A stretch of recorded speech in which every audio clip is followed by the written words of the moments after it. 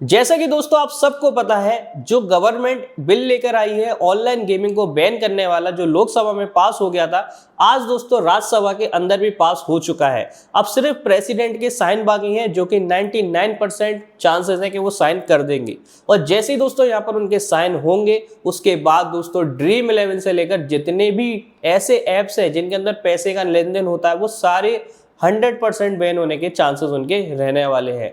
अब दोस्तों इस वीडियो में आपको बताऊंगा कि ड्रीम 11 सच में बैन हो जाएगा या कुछ ऐसा तरीका है जिससे ड्रीम 11 अभी भी बच सकता है। देखिए दोस्तों, पहले आपको एक नियम बता देता हूं। नियम ये है दोस्तों, और ये बिल का जो नियम ये कहता है कि कोई भी गेम हो, चाहे वो स्किल बेस हो या फिर लक वाला हो, जैसे कि पहले जो ड्रीम 11 था वो भी पहले भी बैन करने की मांग उठी थी, लेकिन दोस्तों पहले क्या हुआ था, सुप्रीम कोर्ट और हाई कोर्ट से जो ड्रीम 11 है वो केस जीत गया था। इस कारण, क्योंकि ये जो गेम है ये गेम ऑफ स्किल्स है, यानी कि इसको टीम बनाने के लिए आप सबको पता है स्किल्स लगती है। हर प्लेयर का रिकॉर्ड जानना पड़ता है, हर प्लेयर के बारे में जानना पड़ता है, उसके बाद अपनी टीम बनानी है। लेकिन दोस्तों उस कारण तो दोस्तों ड्रीम 11 बच गया था। लेकिन दोस्तों अब जो है सरकार कह रही है, चाहे गेम लक वाला हो या चांस वाला हो या फिर स्किल वाला हो, कैसा भी गेम हो जिसके अंदर मनी यानी कि पैसे का लेन देन होता है, वो पूरी तरीके से बैन कर दिए जाएंगे। जिसमें लूडो, रमी, सर्किल जितने भी हों वो सब बैन कर दिए जाएंगे। दोस्तों जैसे कि जो बैटिंग एप्स होते हैं, हम लोग चाहते हैं कि वो 100% बैन होने चाहिए। बैटिंग हो गई या फिर जितने भी लक बाई चांस वाले गेम हैं वो पूरी तरीके से बैन होने चाहिए। लेकिन दोस्तों अगर बात करी जाए ड्रीम 11 की और ऐसे फैंटेसी क्रिकेट ऐप्स की जिनके अंदर नॉलेज लगती है, पहले ही दोस्तों सरकार ने उन पर 28% जीएसटी लगा दी थी, जिस कारण दोस्तों ड्रीम 11 वगैरह जितने भी बड़े बड़े ऐप्स थे या जितने भी बड़े बड़े गेम्स थे वो पहले ही चलने में उनको काफ़ी ज़्यादा दिक्कत आ रही थी। लेकिन दोस्तों एक खबर ये भी आ रही थी कि ड्रीम 11 के ऊपर या किसी भी फैंटेसी क्रिकेट के ऊपर सरकार दोस्तों 40% का जीएसटी लगाने वाली थी। लेकिन दोस्तों अगर ऐसा मान लेते हैं कि ड्रीम 11 को अगर छोड़ भी दिया जाता है तो उसके अंदर 40% जीएसटी लग जाती है, तो उसके बाद दोस्तों ड्रीम 11 का सर्वाइव करना काफ़ी मुश्किल हो जाएगा। आप मान के चलिए दो कंडीशन है, या तो ड्रीम 11 पूरी तरीके से बैन होने वाला है या फिर दोस्तों उस पर 40% जीएसटी लग सकती है। दोस्तों वैसे ज़्यादातर चांसेस बैन होने के ही है, लेकिन अगर मान लेते हैं 1% ऐसा हो जाता है कि उस पर अगर 40% जीएसटी लगा देते हैं और सरकार इसको परमिशन दे देती है, तो फिर भी आप मान के चलिए ड्रीम 11 यहाँ पर बैन हो ही गया, क्योंकि 40% जीएसटी देना कोई आम बात नहीं है। पहले ही दोस्तों जो गेम्स के जो डेवलपर हैं काफ़ी ज़्यादा नुकसान में चल रहे हैं। अब दोस्तों इसका नुकसान किन किन इंडस्ट्री को होने वाला है। जो ऑनलाइन गेमिंग की जो इंडस्ट्री है वो काफ़ी बड़ी हो गई थी दोस्तों, और लॉकडाउन के बाद इस इंडस्ट्री ने काफ़ी ज़्यादा ग्रोथ पकड़ी है। अब दोस्तों अब गेम ऐसा तो नहीं है दोस्तों गेम अभी से चल रहे हैं, गेम काफी 10-10 सालों से भी चल रहे हैं। अब जब ये गेम बंद होंगे दोस्तों तो एक इंडस्ट्री पूरी तरीके से बंद हो जाएगी। अब इस इंडस्ट्री में नुकसान किन किन का होगा दोस्तों, उनका नुकसान होगा जो यहाँ पर जॉब कर रहे हैं।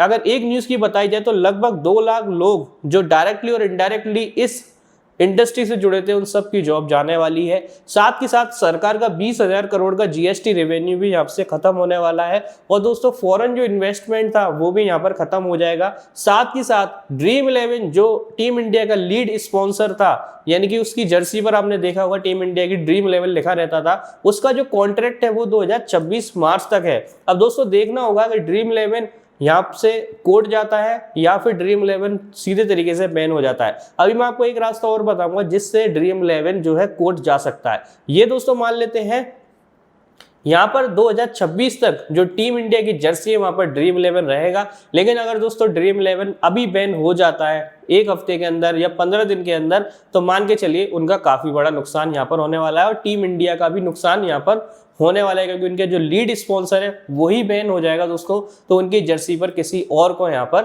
अपना लोगो चिपकाना पड़ेगा, जिस कारण उनका जो कॉन्ट्रैक्ट है वो बीच में ही टूट सकता है, जिस कारण टीम इंडिया को भी लॉस होगा दोस्तों, ड्रीम 11 को भी लॉस होगा। मान के चलिए दोस्तों यहाँ पर जो ड्रीम 11 जैसी कंपनीज हैं वो इस लॉ के आने के बाद सुप्रीम कोर्ट चली जाती हैं, तो उस कंडीशन में क्या होगा।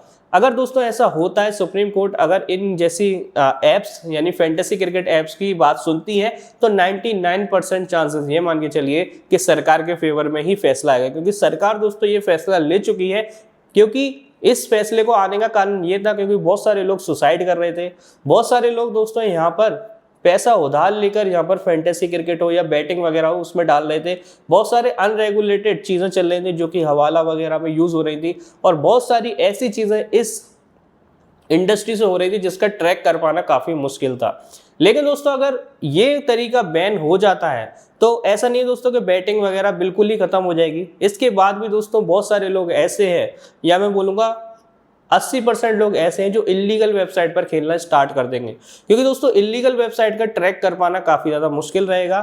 ड्रीम 11 हो गया, फैंटेसी वाले गेम्स हो गए, उनका ट्रैक कर पाना सरकार के लिए आसान था। लेकिन दोस्तों जब ये पूरी तरीके से बैन हो जाएगा तो बहुत सारे ऑडियंस के पास यही ऑप्शन बचेगा कि वो इल्लीगल शिफ्ट हो जाए, या तो वो ऑफलाइन करेंगे या ऑनलाइन करेंगे। लेकिन दोस्तों एकदम से जो है ये इंडस्ट्री खत्म नहीं होने वाली है, इसमें काफ़ी ज़्यादा चांसेस ये है कि धीरे धीरे इंडस्ट्री खत्म हो। लेकिन दोस्तों अगर आज ड्रीम 11 बैन हो भी जाता है या किसी भी बैटिंग ऐप्स बंद भी हो जाते हैं तो पब्लिक खेलना नहीं छोड़ेगी, पब्लिक इल्लीगल तरीके से ये गेम एक्सेस करेगी।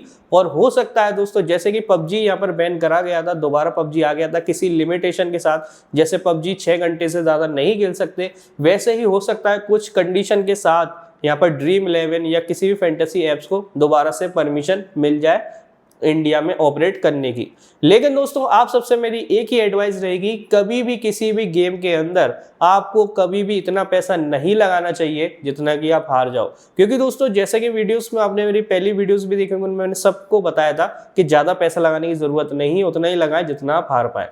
तो दोस्तों अब तक की अपडेट ये है कि लोकसभा और राज्यसभा से ये जो बिल है, तो दोस्तों अभी तक की अपडेट ये है कि ये जो बिल है लोकसभा और राज्यसभा से पास हो चुका है और राष्ट्रपति से भी ये पास होने वाला है।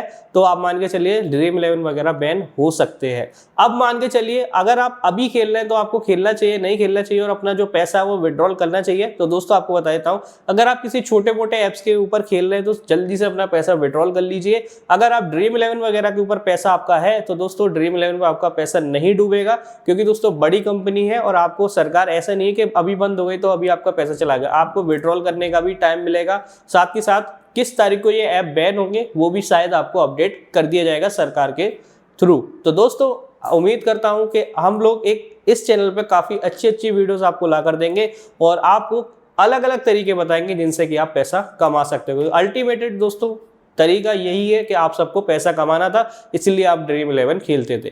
तो मेरा मकसद यही रहेगा दोस्तों कि आने वाले टाइम में आपके लिए ऐसे ऐसे तरीके लाऊं जो आपको चैनल पे बताऊंगा जिससे कि आप पैसे कमा सकते हो। तो चलिए दोस्तों मिलते हैं अगली वीडियो में। जब तक के लिए सारे लोगों से अपील है कि अपना जितना भी पैसा इन्वेस्ट करा है किसी भी ऐप पर विड्रॉल करना स्टार्ट कर दें, क्योंकि कभी भी दोस्तों कोई भी फैसला लिया जा सकता है। Thank you for watching. मिलते हैं सीधे नेक्स्ट वीडियो में। और जिन लोगों ने हमारा टेलीग्राम चैनल ज्वाइन नहीं किया है, टेलीग्राम चैनल ज्वाइन कर लेना। जो भी अपडेट आएगी सबसे पहले आपको टेलीग्राम पर अपडेट कर दिया जाएगा। Thank you for watching.